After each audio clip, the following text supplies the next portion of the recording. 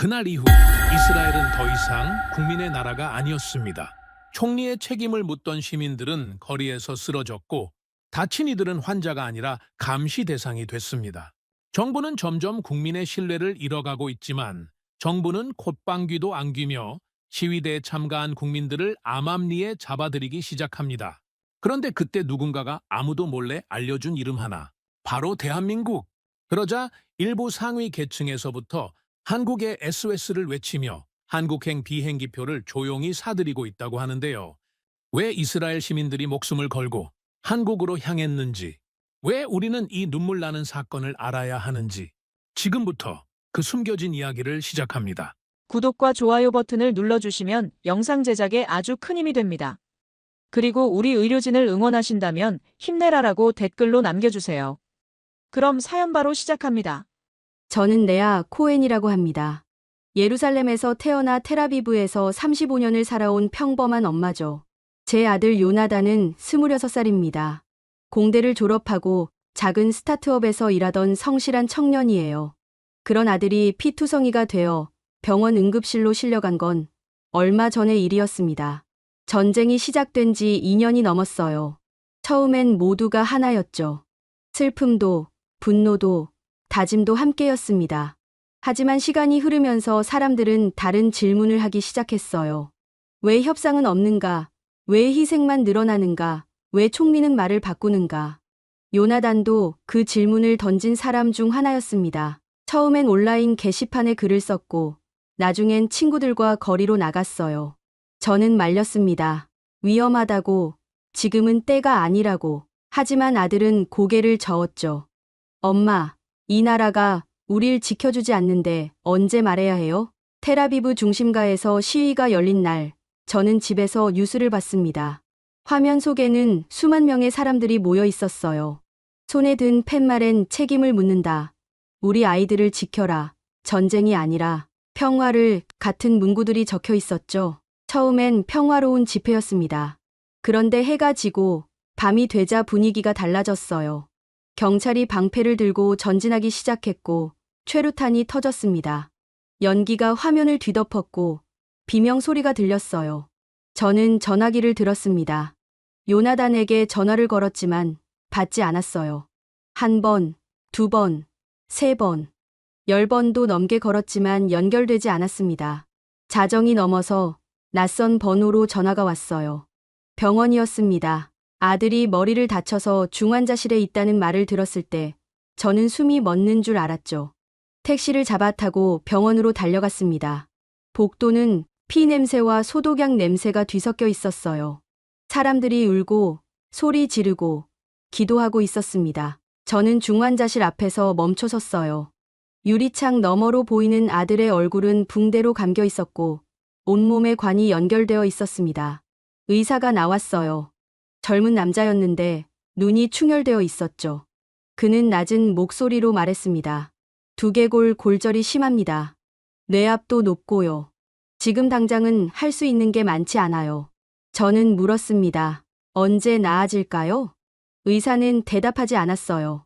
그냥 어깨에 손을 얹었죠. 그 손길이 차가웠습니다. 저는 그 순간 알았어요. 이 나라에서 제 아들은 그저 숫자일 뿐이라는 걸. 시위 부상자 108명 중 1명. 그 이상도 그 이하도 아니었습니다. 다음 날 아침 이상한 일이 벌어졌어요. 병원 복도에 정장을 입은 남자들이 나타났습니다. 신분증을 보여주지 않았지만 누구인지 알 수 있었어요. 그들은 중환자실 주변을 배회하며 가족들을 지켜봤습니다. 누가 누구와 이야기하는지, 누가 전화를 거는지, 누가 병실을 나가는지. 저는 등골이 서늘해졌어요. 우리를 감시하고 있구나 하고 깨달았죠.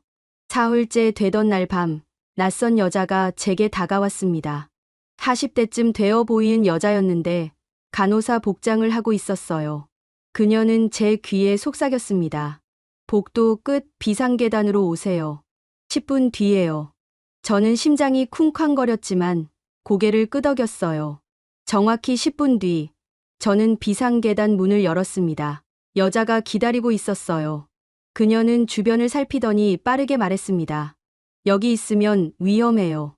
정부가 시위 지도부와 부상자들을 조용히 연행하고 있어요. 공식 발표는 없지만 이미 몇 명이 사라졌죠. 저는 숨이 막혔습니다. 그럼 어떡하죠? 여자는 제 손을 잡았어요. 나갈 수 있어요. 이스라엘 밖으로요. 저는 그 말이 무슨 뜻인지 이해할 수 없었습니다. 아들은 중환자실에 있고 의식도 없는데 어떻게 나가냐고 물었어요. 여자는 작은 종이 쪽지를 제 손에 쥐어줬습니다. 우리 네트워크가 있어요. 의료진과 시민들이 함께 만든 통로죠. 중상자들을 안전한 나라로 보내는 거예요. 질문 없이 치료해주는 곳으로요. 저는 떨리는 손으로 쪽지를 펼쳤어요. 거기엔 짧은 문장 하나만 적혀 있었습니다. 한국행 비행기, 내일 새벽 4시. 한국이요? 저는 한국에 대해 아는 게 거의 없었어요. 지도에서 어디쯤 있는지도 희미했죠. 하지만 그 순간 선택의 여지가 없다는 걸 알았습니다. 여기 남으면 아들이 죽거나 아니면 정부에 끌려가거나 둘 중 하나였어요. 갈게요. 제 목소리는 떨렸지만 단호했습니다. 여자는 고개를 끄덕였어요. 새벽 3시 반에 병원 뒷문으로 나오세요. 구급차가 기다릴 거예요. 그날 밤 저는 한숨도 자지 못했습니다. 아들의 침대 옆에 앉아서 그의 손을 잡았어요. 붕대 사이로 보이는 얼굴은 창백했고 숨소리는 가늘었습니다. 저는 속으로 기도했어요. 하나님, 이 아이를 지켜주세요. 어디로 가든 살게만 해주세요. 새벽 3시 저는 조용히 일어났습니다. 간단한 짐을 챙기고 요나단의 손을 한 번 더 꼭 쥐었어요. 그리고 복도로 나갔습니다. 정장 입은 남자들은 보이지 않았어요. 아마 교대 시간이었나 봐요. 저는 뒷문으로 향했습니다. 문을 열자 차가운 새벽 공기가 얼굴을 때렸어요. 구급차 한 대가 불을 끄고 서 있었습니다. 문이 열렸고 2명의 남자가 들것을 들고 내렸어요.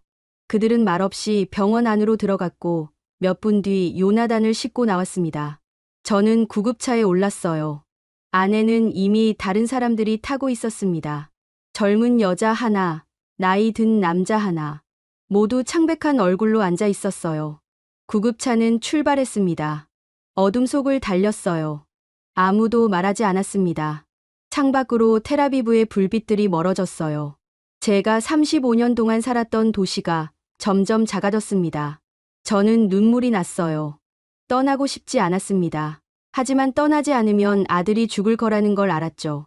공항에 도착했을 땐 동이 트기 직전이었어요. 우리는 화물 구역으로 들어갔습니다. 민간 항공기가 아니었어요. 작은 수송기였죠.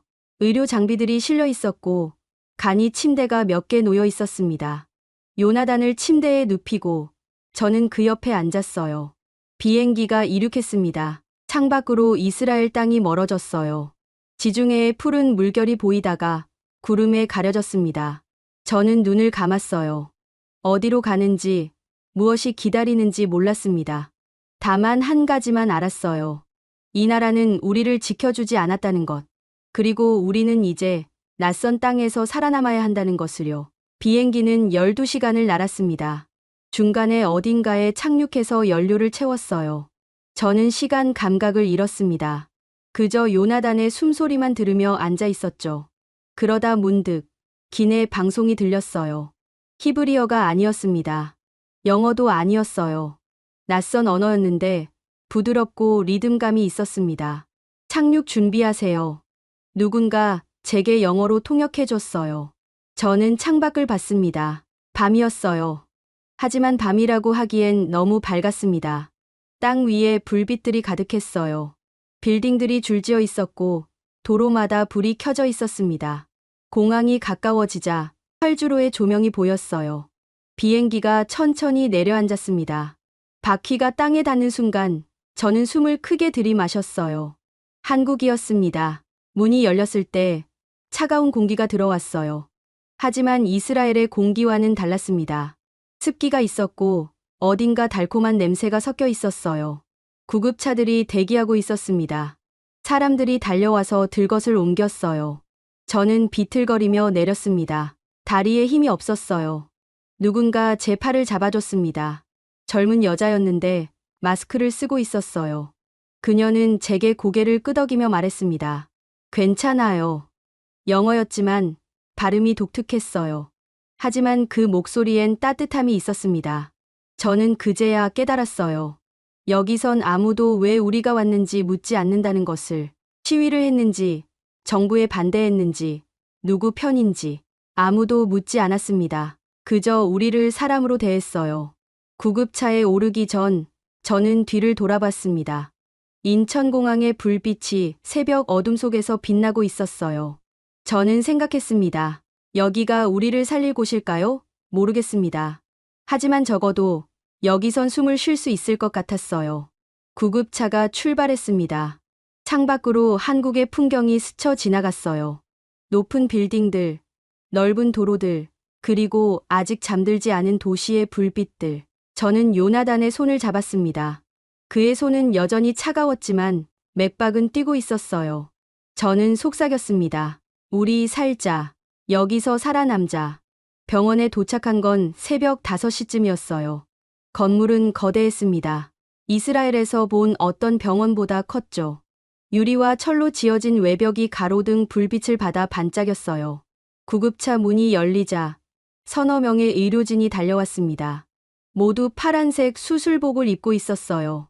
그들은 빠르게 요나단을 들것에 옮겼고 저는 뒤따라 뛰었습니다. 복도는 밝았어요. 하얀 조명 아래 모든 게 깨끗했습니다.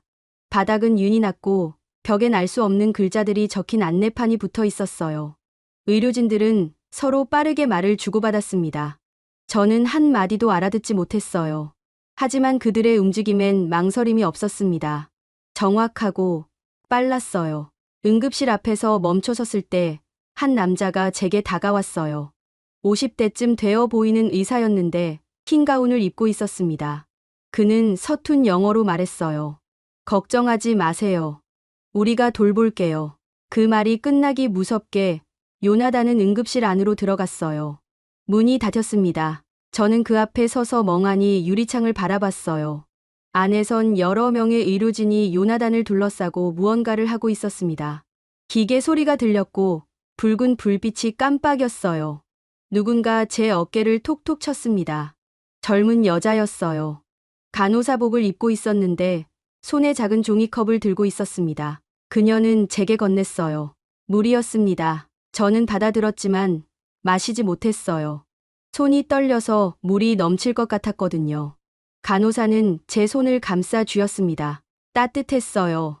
그녀는 아무 말도 하지 않았지만 그 손길만으로도 충분했어요. 저는 그제야 물을 한 모금 마셨습니다. 대기실로 안내를 받았어요. 플라스틱 의자들이 줄지어 있었고 벽에는 텔레비전이 걸려 있었습니다. 뉴스가 나오고 있었는데 역시 알아듣지 못했어요. 하지만 화면 속 사람들은 웃고 있었습니다. 평화로운 얼굴들이었어요. 저는 그 모습을 보며 생각했습니다. 여긴 전쟁이 없구나. 시간이 얼마나 흘렀는지 몰라요. 1시간쯤 지났을까요? 아니면 2시간? 응급실 문이 열렸고 아까 그 의사가 나왔습니다. 저는 벌떡 일어났어요. 심장이 터질 것 같았습니다. 의사는 마스크를 벗었어요. 그의 얼굴엔 땀이 맺혀 있었습니다. 안정됐어요. 그 말을 듣는 순간 저는 주저앉았어요. 다리에 힘이 풀렸습니다. 의사는 제 앞에 쪼그려 앉았어요. 뇌압이 높았어요. 하지만 응급처치 잘했어요. 지금은 중환자실로 옮겼습니다. 저는 울었어요. 그냥 울음이 터져 나왔습니다. 참을 수가 없었어요. 의사는 제 등을 토닥였습니다. 그의 손길도 따뜻했어요. 저는 고개를 들어 그를 봤습니다. 고맙습니다. 영어로 말했지만 목소리가 제대로 나오지 않았어요. 의사는 고개를 끄덕였습니다. 천천히 회복할 거예요. 시간이 필요해요. 중환자실에 들어갈 수 있게 된 건 그날 오후였어요. 저는 소독을 하고 가운을 입었습니다. 문을 열고 들어갔을 때 제일 먼저 본 건 요나단이 아니었어요. 창문이었습니다. 큰 창문으로 햇빛이 들어오고 있었어요. 이스라엘 병원의 중환자실엔 창문이 없었거든요. 하지만 여긴 달랐습니다. 빛이 가득했어요. 요나단은 침대에 누워 있었습니다. 붕대는 새 것으로 교체되어 있었고 얼굴색이 조금 나아 보였어요. 여전히 관들이 연결되어 있었지만 기계 소리가 규칙적이었습니다. 저는 침대 옆에 앉았어요. 그의 손을 잡았습니다. 여전히 차갑지만 텔아비브에서보다는 따뜻했어요. 요나단아, 속삭였습니다. 우리 한국에 왔어. 여긴 안전해. 아무도 우릴 해치지 않아. 대답은 없었어요. 하지만 괜찮았습니다. 그저 이렇게 옆에 앉아 있을 수 있다는 것만으로도 충분했어요. 그날 저녁 병원 소셜워커가 찾아왔어요. 30대 초반으로 보이는 여자였는데 안경을 쓰고 있었습니다. 그녀는 영어로 말했어요. 편하게 지낼 수 있게 도와드릴게요. 필요한 거 있으면 말씀하세요. 저는 물었습니다. 여기 얼마나 있을 수 있나요? 그녀는 잠시 생각하더니 대답했어요. 아드님이 나을 때까지요. 걱정하지 마세요. 저는 그 말이 믿기지 않았어요. 이스라엘에선 달랐거든요. 병원비, 보험, 서류, 모든 게 복잡했습니다. 특히 시위 부상자라면 더 까다로웠어요. 하지만 이 여자는 그런 걸 묻지 않았습니다. 그저 필요한 게 뭐냐고만 물었어요. 감사합니다. 그 말밖에 할 수 없었어요. 그날 밤 저는 병원 안 보호자 대기실에서 잤습니다. 간이 침대였지만 오랜만에 누웠어요. 이스라엘에선 며칠 동안 제대로 눈을 붙이지 못했거든요. 항상 누가 지켜보고 있다는 느낌이 들었고 아들이 끌려갈까봐 두려웠습니다. 하지만 여긴 달랐어요. 조용했고 평화로웠습니다. 잠들기 전 휴대전화를 켰어요. 며칠 만에 처음이었습니다. 메시지가 수십 개 쌓여 있었어요. 대부분 친구들과 친척들이었습니다. 괜찮아? 어디 있어? 연락해 같은 짧은 문장들이었죠. 저는 답장하지 않았어요. 뭐라고 말해야 할지 몰랐거든요. 대신 뉴스를 검색했습니다. 이스라엘 뉴스 사이트를 열었어요. 메인 화면에 시위 관련 기사가 떠 있었습니다. 제목을 보는 순간 저는 숨이 멎었어요. 정부, 시위 부상자 해외 이송설 전면 부인. 기사를 읽었습니다. 정부 대변인이 기자회견에서 말했대요. 시위 부상자들은 모두 국내 병원에서 치료받고 있으며 해외로 나간 사람은 없다고요. 그리고 이런 소문은 가짜 뉴스이며 사회 혼란을 조장하는 행위라고 경고했습니다. 저는 전화기를 꽉 쥐었어요. 손이 떨렸습니다. 우리는 여기 있는데 정부는 없다고 말하고 있었어요. 우리의 존재 자체를 지우고 있었습니다. 왜일까요? 무엇이 두려워서일까요? 다음 날 아침 중환자실로 가는 길에 낯익은 얼굴을 봤어요. 비행기에서 함께 왔던 젊은 여자였습니다. 그녀도 저를 알아봤어요. 우리는 복도 한쪽에서 마주 섰습니다. 어떻게 지내요? 제가 먼저 물었어요. 그녀는 피곤해 보였습니다. 오빠가 수술 받았어요. 다리를 총에 맞았거든요. 저는 고개를 끄덕였어요. 더 물어볼 말이 없었습니다. 우리는 잠시 침묵했어요. 그러다 그녀가 말했습니다. 뉴스 봤어요? 봤어요. 우리 없는 거래요. 공식적으론 존재하지 않는데요. 그녀의 목소리가 떨렸어요. 저는 그녀의 손을 잡았습니다. 괜찮아요. 우린 여기 있어요. 살아있고요. 그녀는 고개를 끄덕였지만 눈에 눈물이 고였어요. 집에 부모님이 계세요. 연락하고 싶은데 두려워요. 전화하면 추적당할까봐 저도 같은 걱정을 하고 있었어요. 제겐 남편이 예루살렘에 있었습니다. 연락하고 싶었지만 할 수 없었어요. 만약 전화를 걸면 정부가 알게 될 거예요. 그럼 남편도 위험해질 수 있었습니다. 조금만 기다려요. 때가 되면 연락할 수 있을 거예요. 위로의 말이었지만 확신은 없었어요. 오후에 요나단을 보러 갔을 때 의사 한 명이 들어왔어요. 젊은 남자였는데 차트를 들고 있었습니다. 그는 요나단의 눈을 확인하고 반사작용을 테스트했어요. 그러더니 제게 말했습니다. 좋아지고 있어요. 천천히지만 회복하고 있습니다. 저는 물었어요. 언제쯤 깨어날까요? 의사는 망설였습니다. 확실하지 않아요. 하지만 희망은 있어요. 희망이라는 단어가 오랜만이었어요. 텔아비브에선 아무도 그 말을 하지 않았거든요. 모두 조심스러워했고 최악의 경우를 준비하라고 했습니다. 하지만 이 의사는 달랐어요. 희망을 말했습니다. 저녁 무렵 창밖을 봤어요. 해가 지고 있었습니다. 하늘이 주황빛으로 물들었어요. 건물들 사이로 빛이 스며들었습니다. 아름다웠어요. 저는 생각했습니다. 이곳에선 해가 평화롭게 지는구나. 폭발음도, 사이렌도, 비명도 없이 그냥 조용히 지는구나. 그날 밤, 대기실에서 다시 뉴스를 확인했어요. 이스라엘 정부는 계속 부인하고 있었습니다. 하지만 댓글란은 달랐어요. 사람들이 의심하고 있었어요. 정말 없는 걸까? 내 친구도 연락이 안 된다. 뭔가 숨기고 있는 것 같다는 글들이 올라오고 있었습니다. 저는 전화기를 끄고 눈을 감았어요. 돌아갈 수 없다는 걸 알았습니다. 설령 요나단이 나아도 우리는 이스라엘로 돌아갈 수 없어요. 돌아가면 끌려갈 거예요. 침묵당할 거예요. 그러니 여기서 살아야 했습니다. 이 낯선 나라에서, 낯선 사람들 사이에서요. 하지만 이상했어요. 두렵지 않았습니다. 오히려 처음으로 안전하다고 느꼈어요. 여기선 아무도 우리를 해치지 않았습니다. 아무도 우리가 누구 편인지 묻지 않았어요. 그저 사람으로 대했습니다. 그것만으로도 충분했어요. 저는 속삭였습니다. 고마워요, 한국. 아무도 듣지 못하는 말이었지만 진심이었습니다. 한국에 온 지 일주일쯤 지났을 때였어요. 저는 아침마다 병원 식당에 들렀습니다. 커피를 마시기 위해서였죠. 한국 커피는 이스라엘과 달랐어요. 더 연하고 달콤했습니다. 처음엔 낯설었지만 이젠 익숙해졌어요. 그날도 식당에 갔을 때 낯익은 얼굴을 봤습니다. 비행기에서 함께 왔던 나이 든 남자였어요. 60대쯤 되어 보였는데 흰 머리에 수염을 기르고 있었습니다. 그는 창가 자리에 혼자 앉아 있었어요. 앞에 놓인 음식은 거의 손대지 않은 채였습니다. 저는 다가갔어요. 앉아도 될까요? 남자가 고개를 들었습니다. 그의 눈은 붉었어요. 울었던 것 같았습니다. 그는 고개를 끄덕였어요. 저는 맞은편에 앉았습니다. 다비드라고 해요. 남자가 먼저 말했어요. 목소리가 쉬어 있었습니다. 레아예요. 우리는 잠시 침묵했어요. 무슨 말을 해야 할지 몰랐습니다. 하지만 말하지 않아도 알 수 있었어요. 우리는 같은 이유로 여기 있었고 같은 아픔을 겪고 있었어요. 딸이에요. 다비드 씨가 말했습니다. 23이죠. 대학에서 정치학을 공부했어요. 똑똑한 아이였어요. 시위에서 최루탄을 맞았습니다.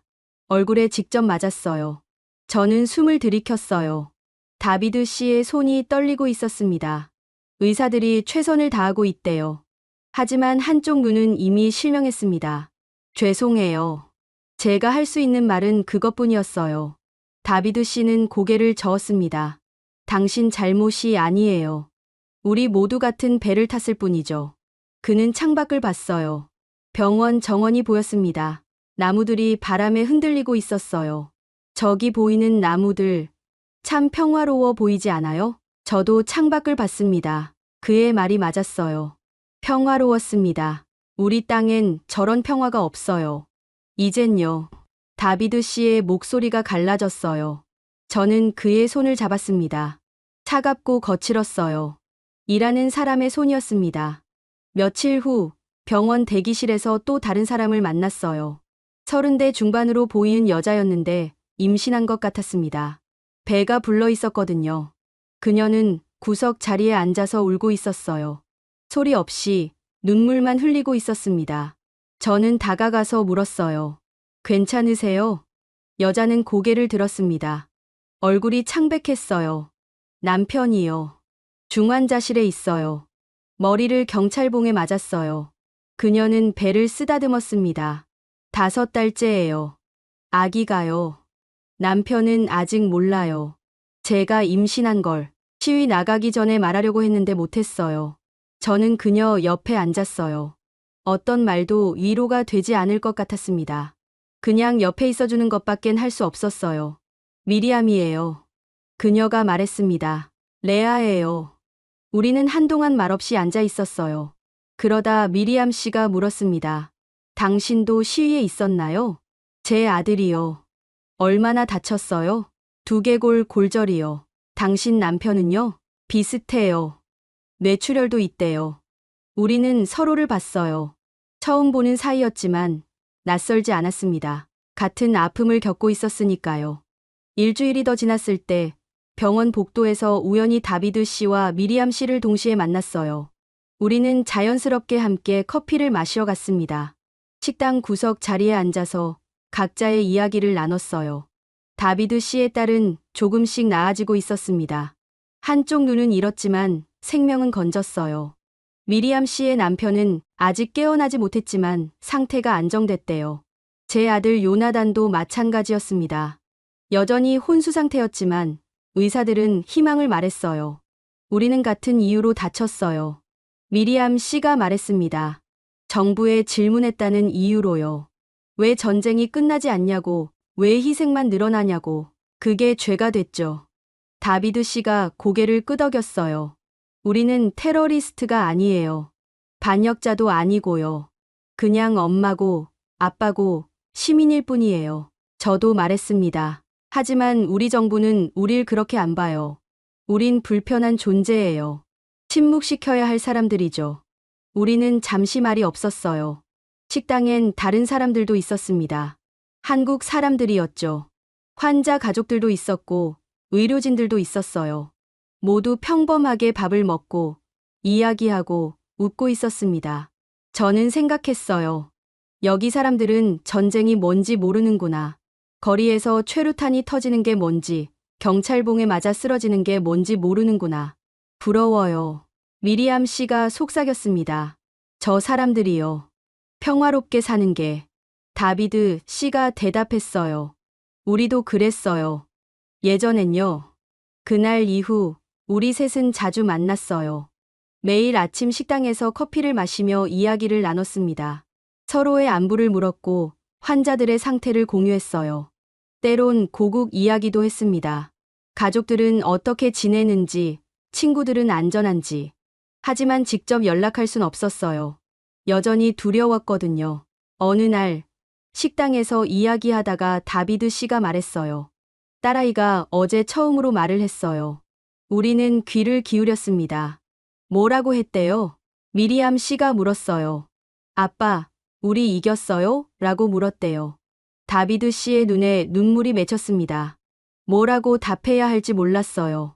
우린 이긴 것도 아니고 진 것도 아니에요. 그냥 살아남았을 뿐이죠. 저는 그의 손을 잡았어요. 미리암 씨도 다른 한 손을 잡았습니다. 살아남은 것도 이긴 거예요. 제가 말했습니다. 정부는 우릴 지웠어요. 없다고 했죠. 하지만 우린 여기 있어요. 숨 쉬고, 울고, 희망하고 있어요. 그게 승리예요. 미리암 씨가 고개를 끄덕였어요. 맞아요. 우린 포기하지 않았어요. 그날 오후 중환자실로 가는 길에 한국 간호사를 만났어요. 50대쯤 되어 보이는 여자였는데 항상 따뜻하게 웃는 분이었습니다. 그녀는 저를 보더니 손짓했어요. 따라오라는 뜻이었습니다. 작은 방으로 안내받았어요. 안에는 의자 몇 개와 테이블이 있었습니다. 간호사는 제게 앉으라고 했어요. 그러더니 서랍에서 뭔가를 꺼냈습니다. 작은 천 주머니였어요. 그녀는 그걸 제 손에 쥐어줬습니다. 주머니를 열어보니 사탕이 들어 있었어요. 형형색색의 사탕들이었습니다. 간호사는 하나를 집어서 제 입에 넣어줬어요. 달콤했습니다. 그녀는 웃으며 말했어요. 괜찮아요. 영어였지만 발음이 어눌했어요. 하지만 마음은 전해졌습니다. 저는 눈물이 났어요. 사탕 하나 때문에 우는 게 우스웠지만 멈출 수가 없었습니다. 간호사는 제 등을 쓰다듬어 줬어요. 마치 엄마처럼요. 저는 그날 깨달았어요. 여기 사람들은 우리가 누군지 몰라요. 어디서 왔는지, 왜 다쳤는지도 모릅니다. 하지만 상관없었어요. 그들은 그냥 우릴 아픈 사람으로 봤고 돌봐줘야 할 사람으로 봤어요. 정치도, 국적도, 이유도 중요하지 않았습니다. 그저 사람이라는 것만 중요했어요. 그날 밤 대기실에서 다비드 씨와 미리암 씨를 다시 만났어요. 우리는 나란히 앉아서 창밖을 봤습니다. 밤이었지만 서울의 불빛들이 밝았어요. 우리 서로 약속해요. 미리암 씨가 말했습니다. 뭐요? 다비드 씨가 물었어요. 포기하지 말자고요. 우리 가족들이 나을 때까지 서로 힘이 되어주자고요. 저는 고개를 끄덕였습니다. 약속해요. 다비드 씨도 말했어요. 약속합니다. 우리는 손을 맞잡았어요. 세 사람의 손이 포개졌습니다. 따뜻했어요. 우리는 낯선 나라에서 만난 낯선 사람들이었지만 이젠 전우였어요. 같은 전쟁에서 살아남은 같은 아픔을 아는 사람들이었습니다. 저는 생각했어요. 정부는 우릴 지웠지만 우린 서로를 지웠지 않았다고. 우린 여기서 새로운 공동체를 만들고 있다고. 눈물로 이어진, 아픔으로 묶인, 하지만 희망으로 살아가는 공동체를요. 그날 밤, 잠들기 전에 창밖을 한 번 더 봤어요. 별은 보이지 않았지만 도시의 불빛들이 반짝이고 있었습니다. 저는 속삭였어요. 우린 혼자가 아니에요. 누구에게 하는 말인지 몰랐어요. 요나단에게일 수도 있고, 다비드 씨와 미리암 씨에게일 수도 있고, 아니면 저 자신에게일 수도 있었어요. 하지만 중요하지 않았습니다. 그 말이 진실이었으니까요. 우린 더 이상 혼자가 아니었어요. 한국에 온 지 2주가 지났을 때 이스라엘에서 소식이 들려왔어요.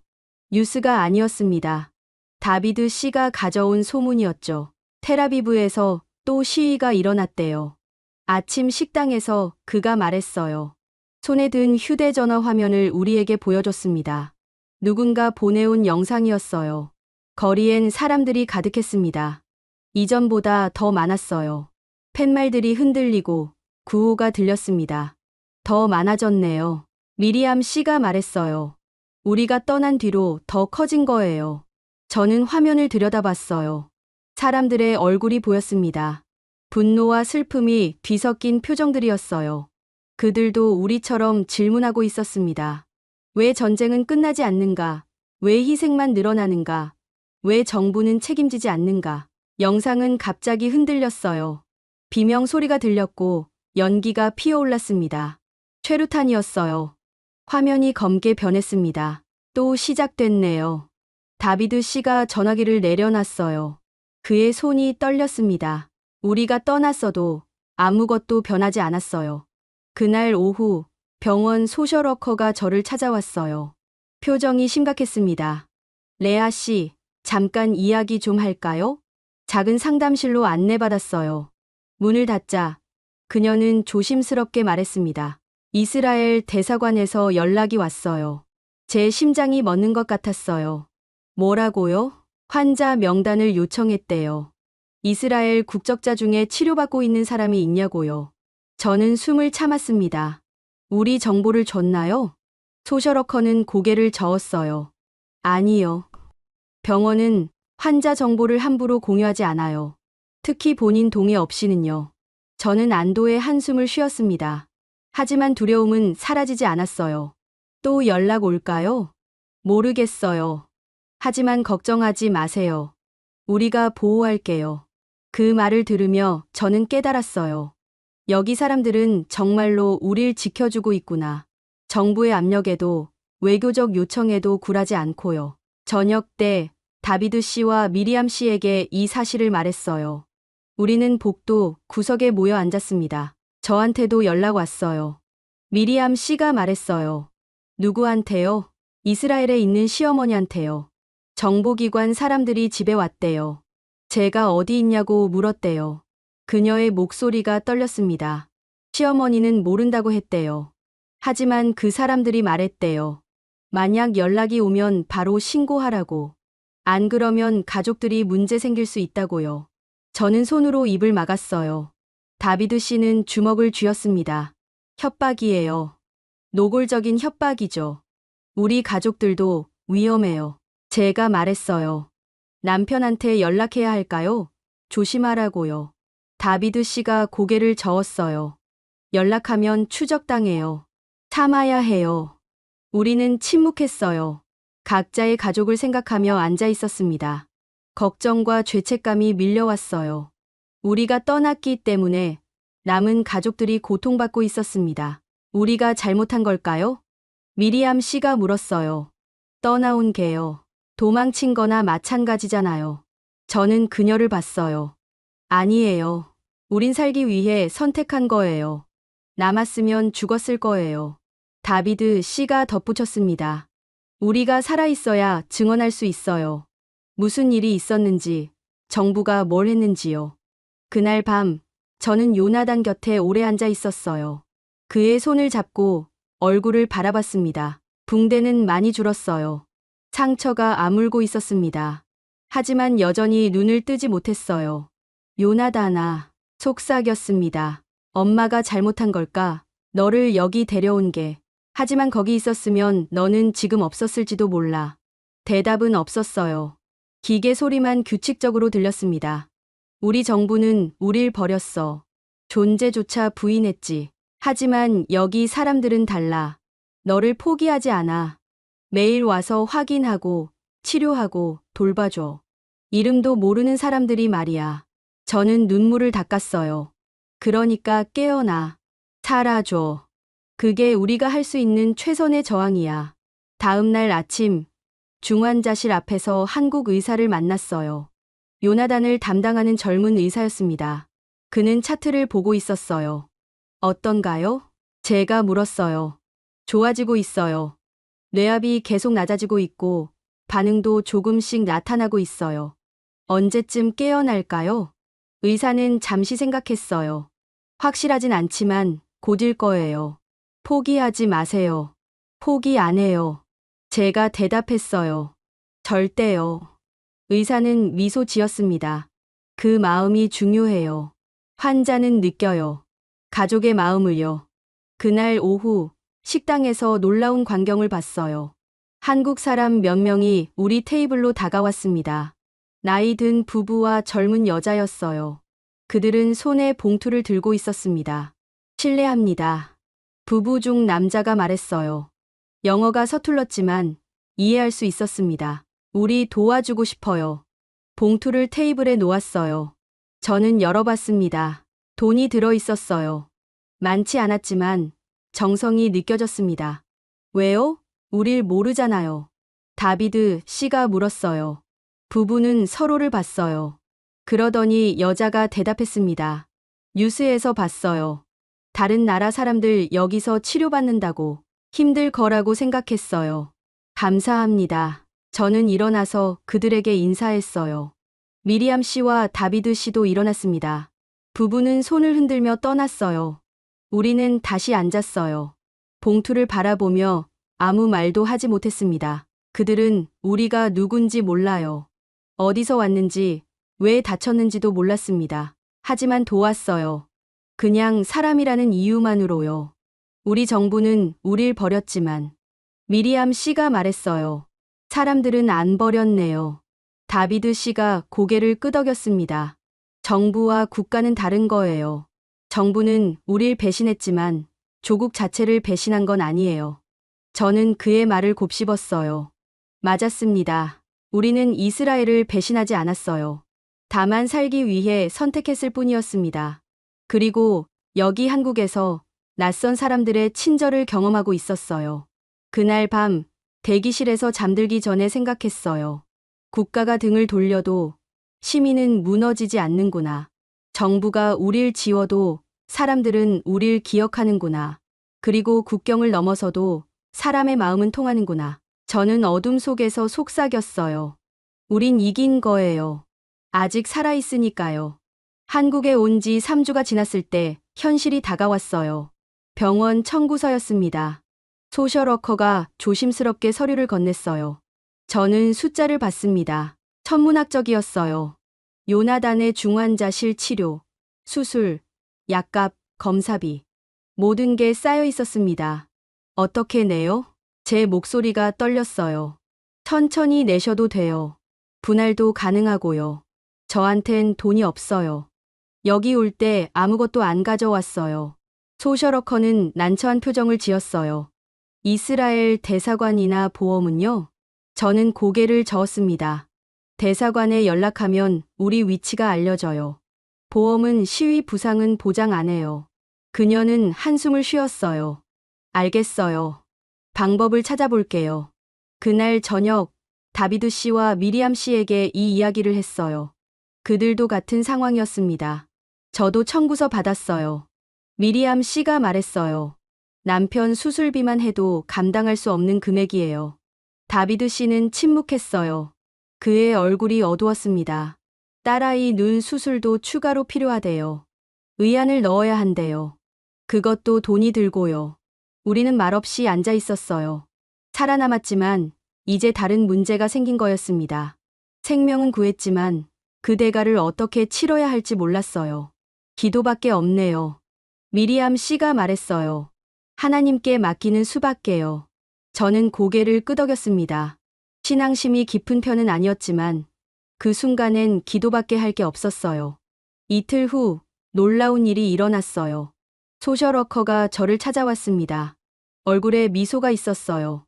좋은 소식이에요. 뭔데요? 익명의 후원자가 나타났어요. 치료비 일부를 지원하겠다고요. 저는 믿을 수 없었어요. 누군데요? 말씀 못 드려요. 익명이라서요. 하지만 이스라엘에서 온 환자들을 돕고 싶다고 했어요. 저는 눈물이 났어요. 누군지 모르는 사람이 우리를 도와주고 있었습니다. 얼마나요? 전액은 아니지만 상당 부분이요. 나머지는 병원 측에서 조정해주기로 했어요. 저는 주저앉았어요. 다리에 힘이 풀렸습니다. 소셜워커가 제 어깨를 잡아줬어요. 하나님이 계세요. 제가 속삭였어요. 정말 계시나 봐요. 그날 저녁 요나단 곁에 앉아서 기도했어요. 오랜만이었습니다. 전쟁이 시작된 후론 기도를 멈췄었거든요. 하나님이 우릴 버렸다고 생각했어요. 왜 이런 일이 일어나게 두시는가? 왜 무고한 사람들이 죽어가는가? 답이 없었습니다. 하지만 그날 밤 저는 다시 기도했어요. 하나님, 제가 잘못 생각했나 봐요. 당신은 우릴 버리지 않으셨어요. 다만 다른 방법으로 도우셨던 거죠. 이 먼 나라로 우릴 인도하셨고 낯선 사람들의 손을 통해 도우셨어요. 눈물이 흘렀습니다. 감사해요. 요나단을 살려주셔서, 그리고 여기까지 무사히 오게 해주셔서요. 다음 날 아침 중환자실로 가는 길에 다비드 씨를 만났어요. 그는 화난 얼굴이었습니다. 레아 씨, 들었어요? 뭐요? 후원자 말이에요. 우리 모두에게 지원된대요. 당신만이 아니라 저희도요. 저는 놀랐어요. 정말요? 네. 소셜워커가 아까 말해줬어요. 세 가족 모두 혜택 받는데요. 우리는 서로를 봤어요. 그리고 동시에 웃었습니다. 웃음 속에 눈물이 섞였어요. 기적이에요. 제가 말했어요. 정말 기적이죠. 다비드 씨가 대답했습니다. 오후에 미리암 씨를 만났을 때 그녀는 배를 쓰다듬고 있었어요. 아기한테 말했어요. 뭐라고요? 내가 태어날 세상은 여전히 아름답다고요. 악한 사람들도 있지만 선한 사람들이 더 많다고요. 저는 그녀의 손을 잡았어요. 맞아요. 우리가 그 증거예요. 그날 밤 병실 창가에 앉아서 밤 풍경을 봤어요. 서울의 불빛들이 반짝이고 있었습니다. 저는 생각했어요. 하나님은 때론 천사의 모습으로 오지 않는다고. 때론 낯선 나라의 의사로, 간호사로, 익명의 후원자로 오신다고요. 그리고 기적은 하늘에서 뚝 떨어지는 게 아니라 사람의 손을 통해 이루어진다고요. 고마워요. 창밖을 향해 속삭였어요. 이 길을 허락해 주셔서요. 한국에 온 지 5주째 되던 날, 요나단의 상태가 급변했어요. 새벽 4시였습니다. 휴대전화가 울렸어요. 병원 번호였습니다. 저는 벌떡 일어났어요. 여보세요? 레아 씨, 빨리 오세요. 요나단 씨 상태가 안 좋아졌어요. 전화가 끊겼습니다. 저는 옷을 챙겨 입고 뛰었어요. 복도를 달렸습니다. 중환자실 앞엔 의료진들이 모여 있었어요. 무슨 일이에요? 숨을 헐떡이며 물었어요. 뇌압이 갑자기 올랐어요. 원인을 찾고 있습니다. 담당 의사가 말했어요. 그의 얼굴엔 땀이 맺혀 있었습니다. 괜찮을 거예요? 최선을 다하고 있어요. 그 말이 답이었어요. 확신이 없다는 뜻이었습니다. 저는 유리창 너머로 요나단을 봤어요. 여러 명의 의료진이 둘러싸고 있었습니다. 기계들이 빠르게 깜박이고 있었어요. 경보음이 들렸습니다. 시간이 멈춘 것 같았어요. 1시간인지 2시간인지 알 수 없었습니다. 저는 그저 서서 기도했어요. 제발, 제발, 살려주세요. 동이 틀 무렵 의사가 나왔어요. 표정이 어두웠습니다. 안정시켰어요. 하지만 그는 말을 멈췄어요. 하지만 뭐예요? 뇌출혈이 있었어요. 작지만 위험해요. 더 악화되면. 그는 말을 끝내지 못했어요. 하지만 저는 알았습니다. 더 악화되면 요나단이 죽는다는 뜻이었어요. 수술은요? 지금 상태론 위험해요. 수술 자체가 더 큰 손상을 줄 수 있어요. 그럼 어떡해요? 기다려야 해요. 상태를 지켜보면서요. 저는 벽에 기댔어요. 무릎이 꺾였습니다. 간호사가 달려와서 저를 부축했어요. 의자에 앉았습니다. 괜찮으세요? 고개를 저었어요. 괜찮지 않았습니다. 전혀요. 다비드 씨와 미리암 씨가 달려왔어요. 소식을 들었나 봐요. 레아 씨, 다비드 씨가 제 손을 잡았어요. 들었어요. 괜찮을 거예요. 저는 고개를 저었어요. 안 괜찮아요. 의사가 그랬어요. 더 악화되면. 말을 끝낼 수 없었어요. 미리암 씨가 제 어깨를 껴안았습니다. 포기하지 마세요. 요나단은 강해요. 여기까지 버텼잖아요. 하지만 저는 알았어요. 한계가 있다는 걸요. 아무리 강해도, 아무리 버텨도 몸은 한계가 있다는 걸요. 사흘이 지났어요. 요나단의 상태는 나아지지 않았습니다. 오히려 조금씩 나빠졌어요. 뇌압이 계속 높았고 출혈이 번지고 있었습니다. 나흘째 되던 날 의료진 회의가 열렸어요. 저도 참석했습니다. 작은 회의실에 5명의 의사가 앉아 있었어요. 레아 씨, 담당 의사가 말했어요. 솔직하게 말씀드릴게요. 지금 상태론 치료가 어려워요. 제 심장이 멎었어요. 무슨 말이에요? 더 이상 할 수 있는 게 없어요. 약물도 효과가 없고 수술은 위험해요. 그냥 기다리는 수밖에 없어요. 기다리다가 죽으란 말이에요? 목소리가 커졌어요. 의사들이 고개를 숙였습니다. 죄송합니다. 저는 일어났어요. 의자가 뒤로 넘어갔습니다. 죄송하다고요? 그게 답이에요. 제 아들은 26살이에요. 아직 인생이 남았어요. 그런데 기다리라고요? 레아 씨, 진정하세요. 한 의사가 말했어요. 진정하라고요? 어떻게 진정해요? 저는 울었어요. 소리 내어 울었습니다. 의사들은 아무 말도 하지 못했어요. 회의실을 나왔을 때 다비드 씨가 기다리고 있었어요. 제 얼굴을 보더니 알았나 봐요. 안 좋은 소식이군요. 고개를 끄덕였어요. 더 이상 못한대요. 기다리래요. 다비드 씨는 저를 껴안았어요. 저는 그의 어깨에 기대어 울었습니다. 돌아가야 할까 봐요. 어디로요? 이스라엘로요. 요나단이랑 같이요.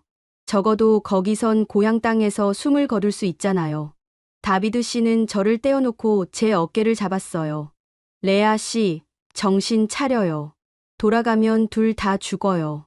요나단은 옮길 수 없는 상태고 당신은 체포될 거예요.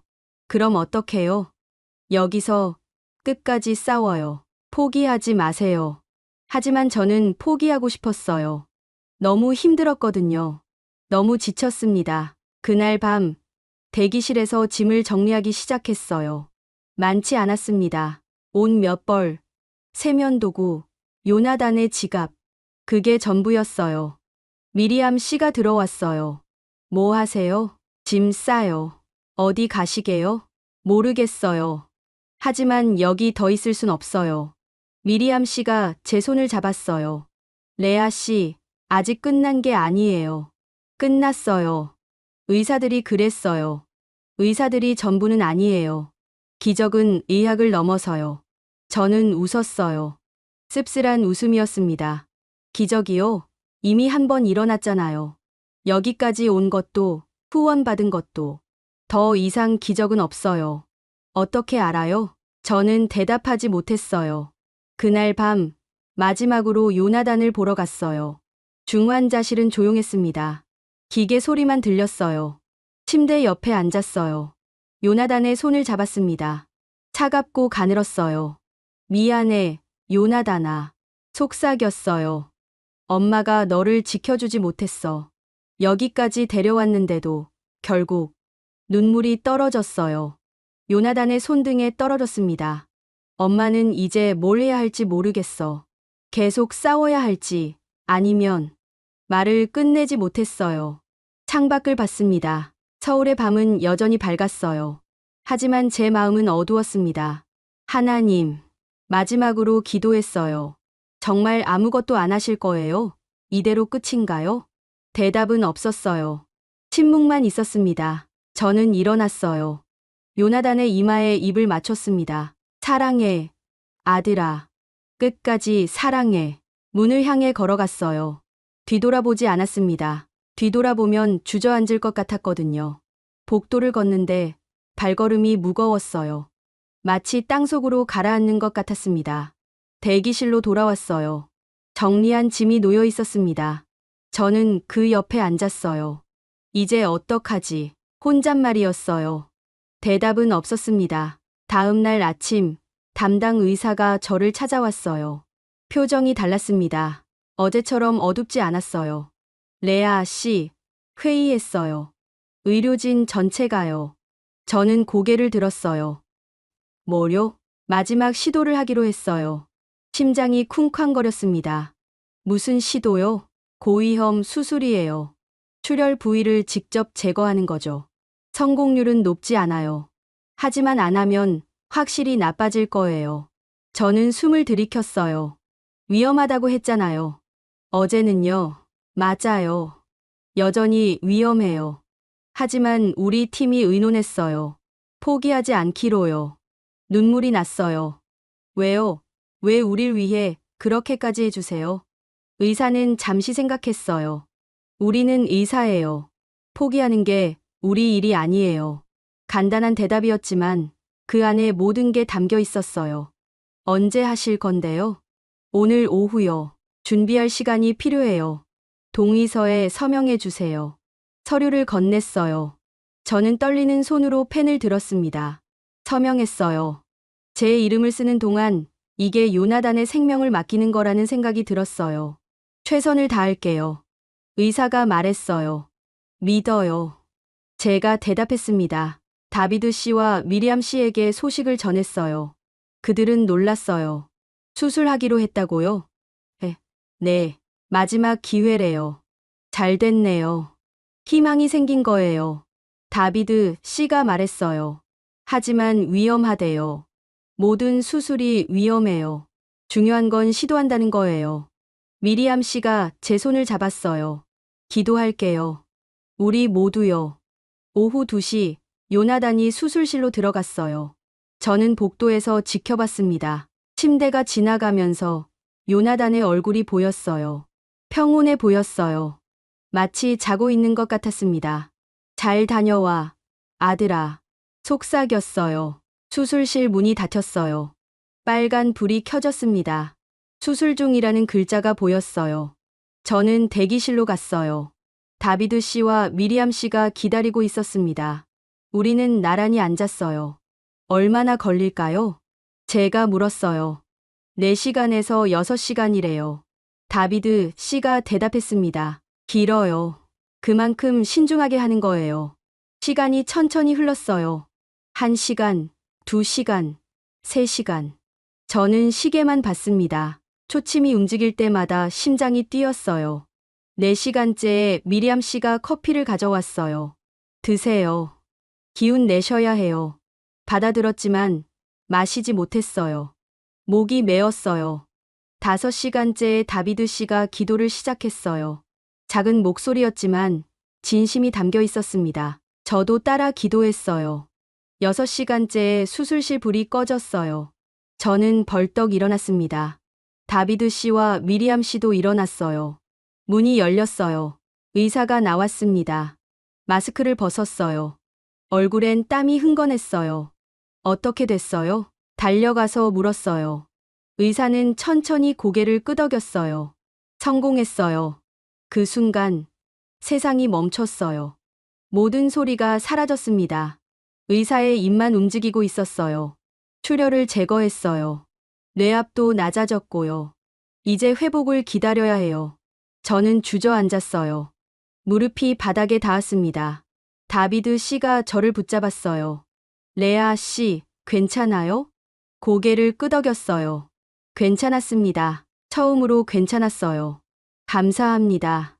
의사를 올려다보며 말했어요. 정말 감사합니다. 의사는 미소 지었어요. 피곤해 보였지만 밝았습니다. 우리 팀 모두 최선을 다했어요. 이제 요나단 씨가 이겨내야 해요. 요나단은 다시 중환자실로 갔어요. 저는 유리창 너머로 그를 봤습니다. 붕대가 새로 감겨 있었고 기계들이 연결되어 있었어요. 하지만 어제와 달랐습니다. 기계 소리가 안정적이었어요. 그날 밤 저는 처음으로 편히 잤어요. 대기실 침대에 누워서 눈을 감았습니다. 악몽도 없었어요. 그냥 깊은 잠이었습니다. 다음 날 아침 의사가 좋은 소식을 가져왔어요. 뇌압이 정상이에요. 출혈도 멎었고요. 아주 잘 되고 있어요. 언제 깨어날까요? 며칠 안에요. 몸이 회복되면요. 며칠이라는 말이 좋았어요. 구체적이었거든요. 이틀 후 또 다른 변화가 있었어요. 요나단이 손가락을 움직였습니다. 아주 조금, 미세하게요. 하지만 움직였어요. 봤어요? 간호사에게 물었어요. 네, 봤어요. 좋은 신호예요. 저는 울었어요. 기쁨의 눈물이었습니다. 사흘째 되던 날, 요나단의 눈꺼풀이 떨렸어요. 저는 손을 잡고 말했습니다. 요나단아, 엄마야. 들려? 눈꺼풀이 다시 떨렸어요. 천천히 열리기 시작했습니다. 의사 선생님, 소리쳤어요. 의사가 달려왔습니다. 요나단의 눈이 열렸어요. 초점이 없었지만 열렸어요. 그는 저를 봤습니다.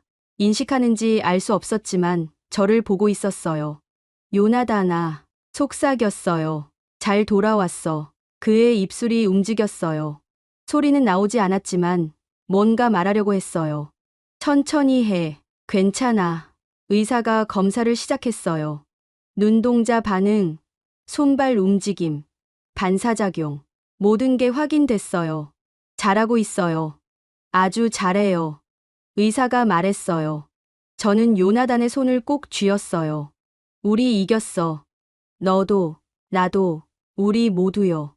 요나단은 눈을 깜빡였어요. 이해한다는 신호였습니다. 그날 저녁, 다비드 씨와 미리암 씨에게 소식을 전했어요. 깨어났어요. 요나단이요. 정말요? 미리암 씨가 소리쳤어요. 네, 오늘 오후에요. 우리는 껴안았어요. 셋이서요. 울고 웃었습니다. 기적이에요. 다비드 씨가 말했어요. 진짜 기적이죠. 제가 대답했습니다. 그날 밤, 저는 창밖을 봤어요. 별이 보였습니다. 처음이었어요. 서울에선 별을 보기 힘들거든요. 하지만 그날 밤엔 보였어요. 고마워요. 하늘을 향해 말했어요. 포기하지 않으셔서요. 오늘은 요나단이 창가로 옮겨진 날이에요. 휠체어에 앉아서 처음으로 병실 밖을 나왔습니다. 재활실로 가는 길이었어요. 천천히요. 물리치료사가 말했어요. 젊은 여자였는데 항상 밝게 웃었습니다. 괜찮아요. 할 수 있어요. 요나단이 대답했어요. 목소리가 아직 약하지만 분명했습니다. 복도를 지나는 동안 요나단은 창밖을 봤어요. 서울의 풍경이 펼쳐져 있었습니다. 빌딩들, 도로들, 사람들, 모든 게 움직이고 있었어요. 엄마. 응? 여기가 한국이에요? 그래, 멀리 왔네요. 저는 그의 어깨를 쓰다듬었어요. 그래, 멀리 왔어. 재활실에서 첫 치료를 시작했어요. 간단한 운동이었습니다. 팔 들기, 다리 구부리기, 손가락 움직이기. 쉬워 보였지만 요나단에겐 힘들었어요. 땀이 흘렀습니다. 잘하고 있어요. 물리치료사가 격려했어요. 매일 조금씩 나아질 거예요. 1시간 후 치료가 끝났어요. 요나단은 지쳐 보였지만 만족스러운 얼굴이었습니다. 해냈어요. 그래, 잘했어. 병실로 돌아가는 길에 다비드 씨의 딸을 만났어요. 그녀도 휠체어에 앉아 있었습니다. 한쪽 눈엔 안대를 하고 있었어요. 안녕하세요. 그녀가 먼저 인사했어요. 안녕. 요나단이 대답했습니다. 저도 재활 중이에요. 같이 힘내요. 두 젊은이가 미소 지었어요. 저와 다비드 씨도 웃었습니다. 우리 아이들, 강하죠? 다비드 씨가 말했어요. 그럼요. 제가 대답했습니다. 오후에 미리암 씨가 찾아왔어요. 배가 더 불렀어요. 이제 7개월째였습니다. 남편이 오늘 처음으로 걸었어요. 정말요? 네, 4걸음이요. 하지만 걸었어요. 우리는 기뻐했어요. 조금씩, 천천히지만 모두 나아지고 있었습니다. 저녁 무렵, 요나단과 창가에 앉았어요. 해가 지고 있었습니다. 하늘이 주황빛으로 물들었어요. 엄마. 응? 여기 사람들, 좋은 것 같아요. 그래? 네, 다들 친절해요. 이름도 모르는데 도와주고요. 저는 고개를 끄덕였어요. 한국 사람들은 그래. 낯선 사람에게도 따뜻해. 우리도 그랬으면 좋겠어요. 이스라엘도요. 저는 요나단의 손을 잡았어요. 그럴 날이 올 거야. 언젠가는요. 밤이 됐어요. 요나단은 잠들었고 저는 복도로 나왔습니다. 다비드 씨와 미리암 씨가 식당에 있었어요. 오늘 소셜워커가 말했어요. 미리암 씨가 말했어요. 체류 연장이 승인됐대요. 우리 모두요. 정말요? 네. 회복할 때까지 여기 있을 수 있대요. 다비드 씨가 덧붙였어요. 그것도 병원 측에서 요청해줬대요. 저는 눈물이 났어요. 또 울었습니다. 요즘 자주 우네요. 하지만 이젠 슬픔의 눈물이 아니에요. 감사의 눈물입니다. 우리 정말 운이 좋아요. 운이 아니에요. 다비드 씨가 말했어요. 은혜예요. 며칠 후 병원 옥상 정원에 갔어요. 요나단과 함께요. 휠체어를 밀고 올라갔습니다. 정원엔 꽃들이 피어 있었어요. 이름은 몰랐지만 예뻤습니다. 벤치에 앉아서 서울을 내려다봤어요. 거대한 도시였습니다. 수백만 명이 살고 움직이고 꿈꾸는 곳이었어요. 엄마, 우리 언제 돌아가요? 요나단이 물었어요. 이스라엘로요? 네. 저는 한참을 생각했어요. 모르겠어. 아직은 안 돼. 왜요? 위험해서. 아직도요. 요나단은 고개를 끄덕였어요. 그도 알고 있었습니다. 그럼 여기서 계속 살아요? 그럴 수도 있어. 아니면 다른 곳으로 갈 수도 있고요. 어디든 상관없어요. 엄마랑 함께라면요. 저는 아들을 끌어안았어요. 얼마 만에 포옹인지 몰라요. 따뜻했습니다. 고마워. 요나단아. 뭐가요? 살아줘서. 밤에 혼자 복도를 걸었어요. 병원은 조용했습니다. 간혹 간호사들이 지나갔지만 대부분 고요했어요. 큰 창문 앞에 섰어요. 서울의 야경이 펼쳐져 있었습니다. 불빛들이 반짝이고 차들이 움직이고 삶이 계속되고 있었어요. 저는 생각했어요. 우리 정부는 우릴 버렸지만 이 나라는 우릴 받아줬다고. 우리 조국은 우릴 지으려 했지만 이곳 사람들은 우릴 살렸다고. 이건 단순한 의료 치료가 아니었어요. 이건 인간애였습니다. 국경도, 정치도, 이념도 넘어선 순수한 마음이었어요. 감사합니다. 창밖을 향해 속삭였어요. 한국, 우리 사람으로 대해줘서요. 그날 밤, 대기실에서 일기를 쓰기 시작했어요. 오랜만이었습니다. 여기 오기 전엔 매일 썼는데 도착한 후론 여유가 없었어요. 오늘부터 다시 쓰기로 했어요. 이 이야기를 기록하기로요. 언젠가 누군가에게 들려주기 위해서요. 우리는 이스라엘에서 왔다. 시위를 했고, 다쳤고, 도망쳤다. 조국은 우릴 버렸지만 한국은 우릴 구했다. 여기 의사들은 포기하지 않았고, 간호사들은 밤낮으로 돌봤고, 낯선 사람들은 도움의 손길을 내밀었다. 우리는 회복하고 있다. 천천히지만 확실하게. 그리고 우리는 절대 잊지 않을 것이다. 이 은혜를 우리는 절대 잊지 않을 거예요. 여러분은 언제 세상이 따뜻하다고 느끼셨나요? 낯선 곳에서 받은 친절이 있으신가요? 이 이야기가 여러분 마음에 닿았다면 댓글로 나눠주세요.